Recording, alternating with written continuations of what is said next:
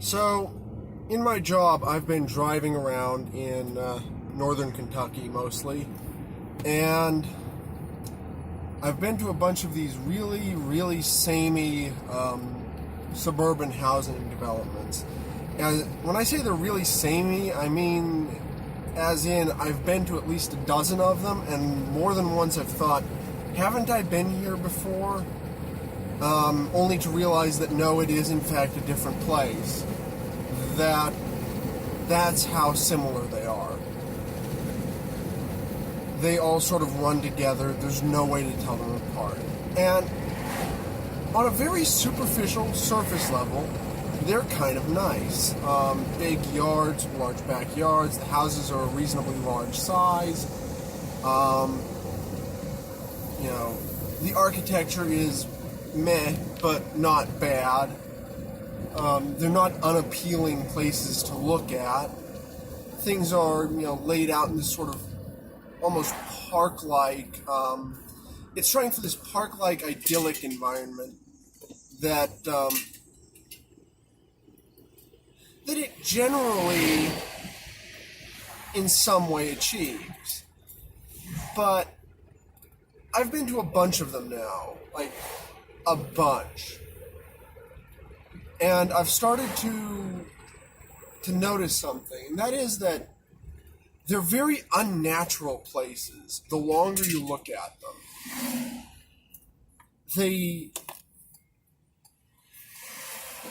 I've often got the impression that I've been walking through not a real place, but a 3D model, like in the computer program SketchUp, where you can create things in the 3D program in a computer. They're very artificial. The houses are all about the same size. They're all about the same distance apart. They all have very similar architectural features. The yards are all planned out almost exactly the same. There's very little human contact with an environment creates variety by its nature. When humans go and do things naturally, we tend to, each one of us, go off and do our own thing. You walk through a medieval building, or not a medieval building, but like a medieval city, or you see a picture of a medieval street, none of the houses are the same. They're not all quite the same size. They're not all quite the same design. There are architectural cues tying them all together that say they were all produced by the same culture, but the angles aren't always quite right. There's variation, there's variety, there's this color and life that comes from people having created an environment to live in. And these suburbs are trying to simulate that, but they don't get it quite right. It's sterile, it's bland, it's starting to be, to me at least, slightly unnerving. Because then you go outside these planned suburbs and you see what they're actually trying to imitate, which is just houses that naturally sprung up along a collection of roads where people thought, I'm going to put a house here, this is going to be my house, I'm going to settle here. So there they settle, and they make a building that's commensurate to their needs. The house has the architectural features of a building that was designed by a specific person for that specific person and his family's needs. They're all at odd distances apart. They're set to different lengths back into the lawn.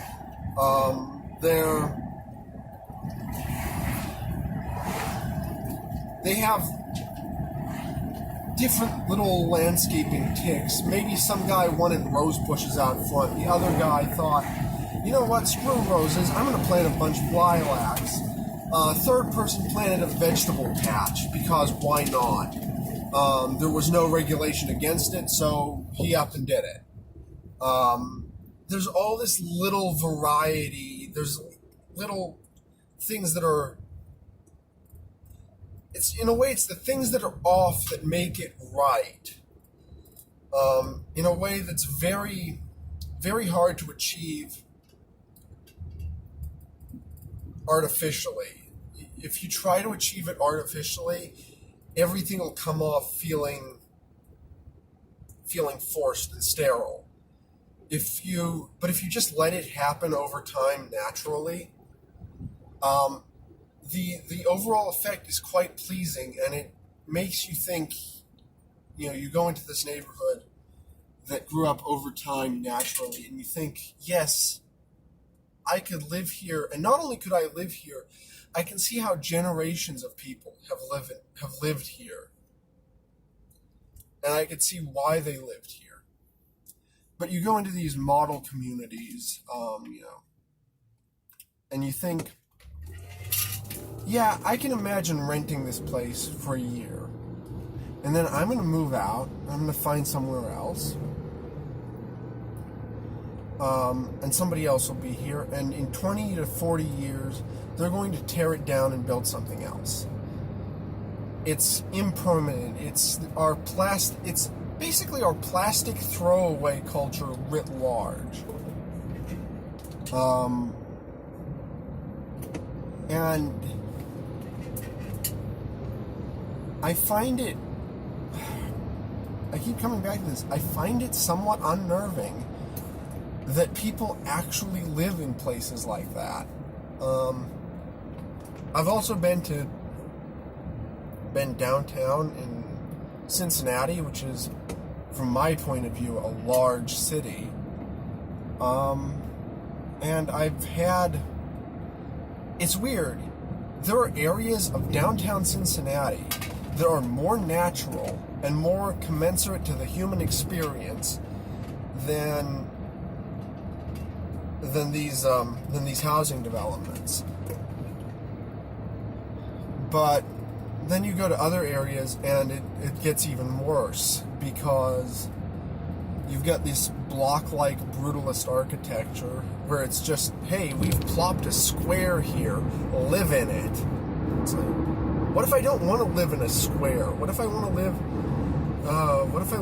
in an arts and crafts house? What if I want to build my own house, and I want it made out of wood, and I want half timber construction with stuccoed walls, and what if I want on the inside to paint it up in a garish pseudo 15th century style? Why shouldn't I be allowed to do that? Why do we nowadays have to have these cities where, have you ever looked at an apartment block and thought that would be a good place to raise a family?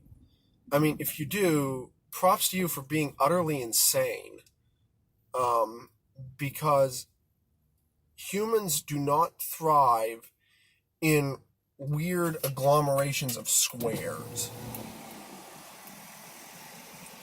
We aren't meant to be packed in on top of each other like sardines in a can. That's just not how the human soul works. And we aren't, it's easy to go too far the other direction as well, with the idea that we should all just atomize and scatter.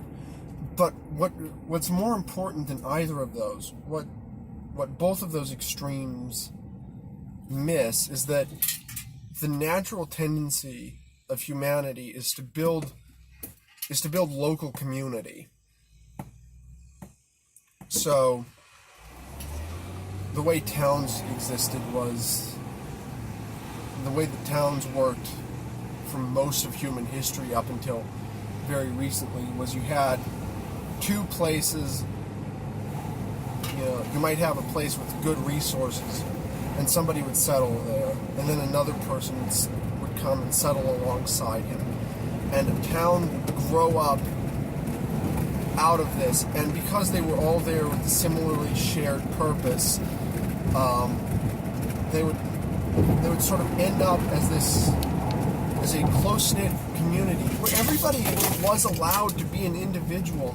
Nobody was coerced into this existence. No, there was no force required for it, but they'd build a church and they'd build a community, and it's this sort of individualistic cooperation, I guess. Where you get to be self-serving if you need to be, but you also get to have this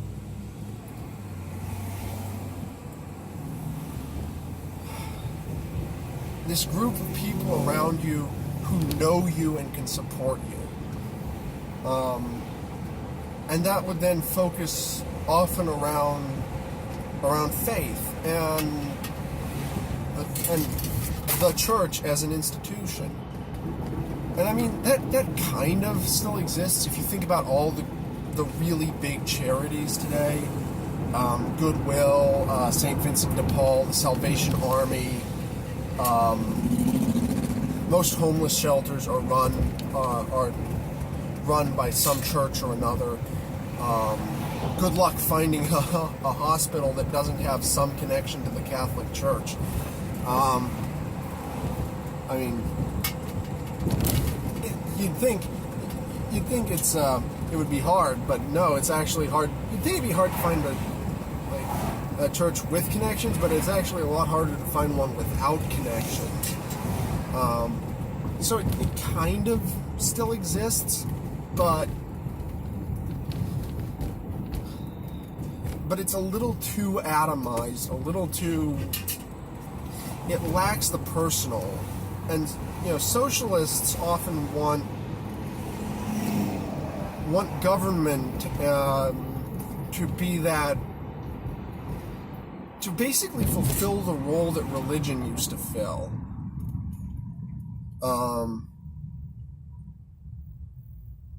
Or religious institutions, rather. Sort of the role of charitable institutions and religious community. And it can't. Because it doesn't grow up naturally out of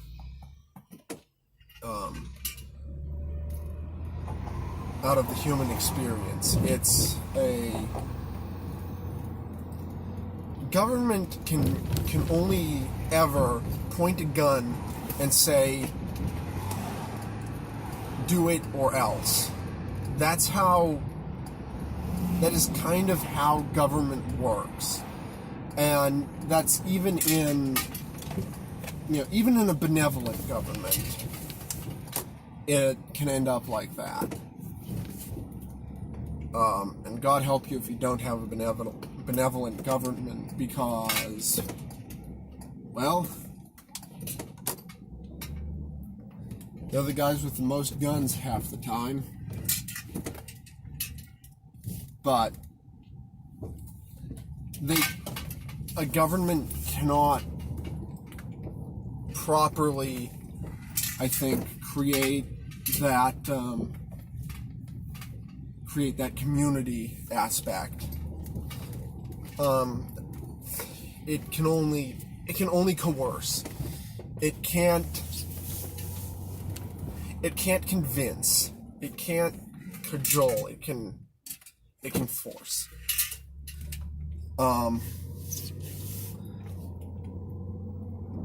So, and also, the more power you render to it, the more it's going to take for itself. That's going off topic. That's a tangent for another day. The thing is, modern society has really, I think, just gone off the rails with both consumerism and that throwaway culture that leads us to these soulless housing developments and these apartment blocks that just are soul crushing.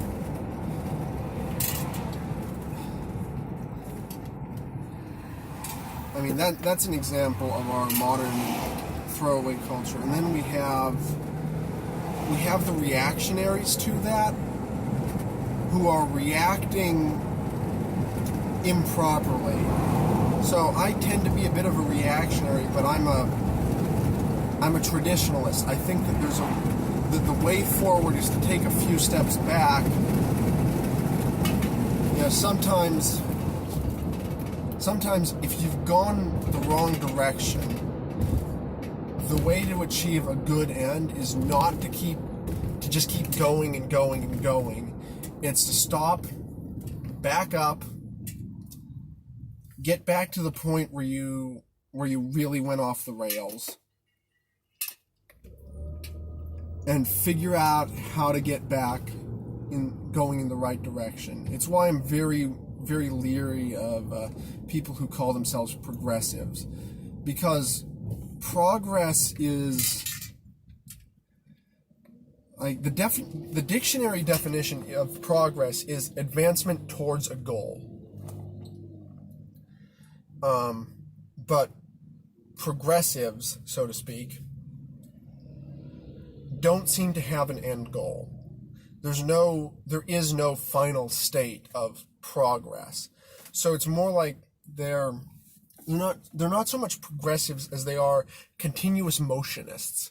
We will keep going and going and going until there's nowhere left to go. And that's a very dangerous way to view the world, because it will breed extremism. And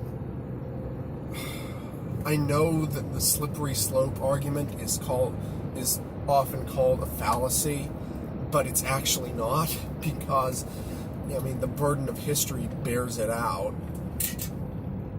If I say that allowing this will, by logical extension, cause us to allow that, and then allow something else beyond that, and beyond that, and beyond that, and 50 years down the line, we're right where I predicted we would be, you can't really call it a fallacy anymore.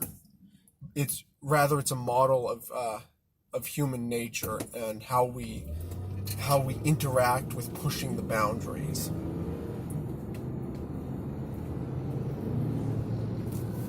And it's definitely an attractive way to look at things, because it gives the sense of, to a person with that mindset, it gives the sense of always pushing onward, pushing the limits. I'm not even progressive, I'm transgressive, I'm at the edge. But the unfortunate reality is that eventually you run out of things to transgress. And so you're going to end up creating your own you want to break down hierarchy? Great. See where that gets you. Because in the end, you'll have your own hierarchies. Except they won't be competence-based. They won't even be dominance. Well, they will create dominance and subordinates, but they won't be based on competence. They'll be based on whatever arbitrary newspeak of the week it is. Which is what you see with the ever shifting goals of intersectionality, where some people are just not intersectional enough anymore, and so they get flung by the wayside of the progressive movement. And eventually society will become atomized. Eventually, you say you disavow tribalism, but you're inviting it back in. You want to get people to be kinder to each other, to be more humane. Don't push this atomized, throwaway transgressivism on the world. It doesn't end well. It doesn't. If you if you play it out, the end state is not good. It's not good for anybody. Not for the people you claim to want to help. Not for the people not for you. Not for the people you even claim to hate. Nobody wins in that model. And I mean, you might say, well, I don't want winners or losers. Yeah, but if you're creating the perfect conditions to make everybody lose.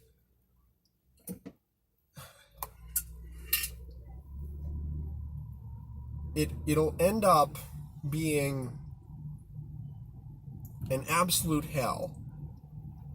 And which is why if you understand anything about human nature, this becomes sort of obvious, because human nature becomes very self-serving.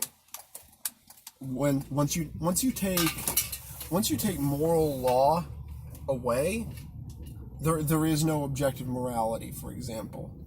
Well, then the only thing that is objective is how much can I accrue to myself. And if I can accrue power or wealth or prestige by whatever means necessary, whether that's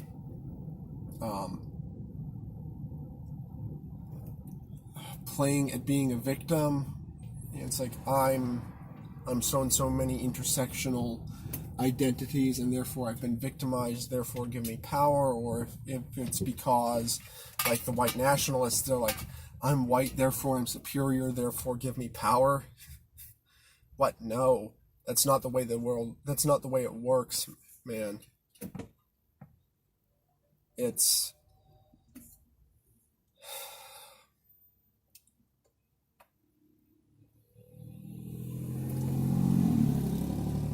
whatever the identitarian movement that comes up, I get really, really worried about it.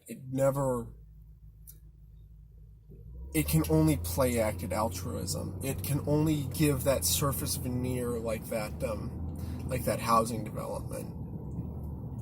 Yeah, let's pretend we're altruistic. We don't have to actually be altruistic. Anyways, I've probably rambled enough. Sorry. Bye.